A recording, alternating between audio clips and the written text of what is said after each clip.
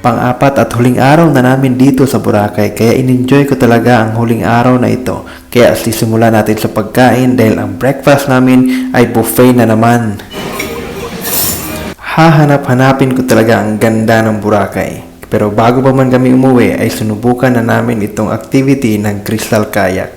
Maraming gumagawa nito dito sa Boracay dahil marami rin naman ang nag-o-offer. Kung nagtataka kayo kung paano kaya nagagawa nila ang magagandang picture katulad nito. Kung napapansin nyo, meron dalawang tao na nagasakay sa isang Crystal Kayak dun sa unahan. Ang isa dyan ay taga-picture lang. Kasama yan sa binayaran mo.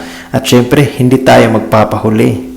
Kadalasan naman, bago ka makakuha ng magandang picture, eto muna ang totoong nangyayari. Reality versus expectation. Sige, in the name of selfie. Hindi na tayo nagtagal doon sa ating activity dahil baka maiwan tayo ng aeroplano. Na lang po. Salamat. Bye-bye, Boracay. Babalik tayo dito. Susunod natin ang puntahan ay Japan. Meron kang visa, wala kang visa. Wala yung visa, wala. Pasakay na tayo dito ng ferry papuntang Katiklan GT Port. Ito ang eksena ngayon. Iaabot mo yung bagahe mo at sila nang bahalang maglalagay doon sa loob. Basta ang importante, yung number mo ay huwag mo lang iwala. Pakita mo lang dyan at yung ticket mo pang tricycle, idikit mo lang dyan. At eto na nga kami. Ipakita mo lang ang ticket nito pagdating mo doon sa Katiklan GT Port at ihahatid ka na papuntang airport. Kasama yan sa binayaran mo. Kung nalilito ka, ito yung nangyari. Dito tayo galing sa Boracay, ang Cagban GT Port. Sumakay tayo ng ferry boat papunta dito sa may Katiklan GT Port. Galing dyan sa Katiklan GT Port, sumakay tayo ng tricycle. Mga 5 minuto lang ang biyahe. At dito na nga tayo dumating sa Godofredo Airport.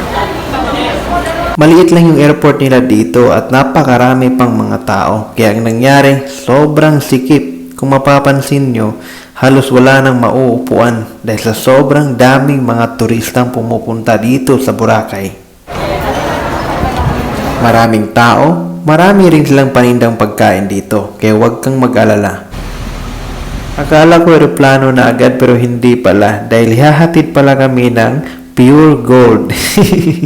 At ito na nga, papunta tayo sa parking area ng mga aeroplano. At dito sila nakapark at mamimili kami kung saan kami sasakay. At ito na, pipili na ako, putikaw, di ba? Ikaw? Dahil nga kami ang pinakauna, malapit talaga sa pintuan ng aeroplano, ay tinanong kami ng flight attendant kung willing ba daw kami mag-volunteer sa pag-open nito kung sakaling merong emergency. Kaya binigyan niya kami ng ganito para malaman namin kung paano gawin. Barbecue take-off station.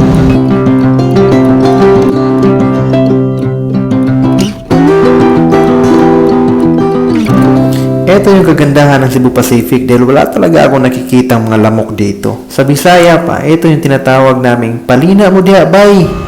Nang mamatay ng lahat ng mga lamok ay agad akong pumunta sa CR dahil matagal rin akong hindi nakapasok dito at hinahawak-hawakan ko ang lahat ng party dito at labay na rin sa pagbanggit ng mga santo at para ligtas yung biyahe.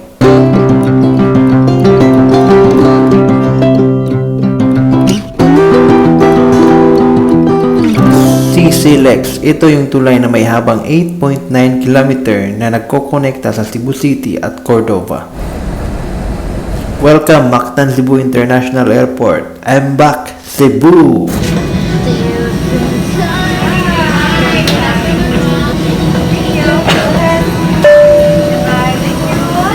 Welcome, Cebu. Parang napatagtambayan na rin. Hindi lang sana mga foreigner, kundi lahat tayong mga Pilipino makapunta at makakita sa ganda ng Boracay dahil yan ay sariling atin. Hanggang dito na lang. Thank you for watching. Hay, kinabuhi.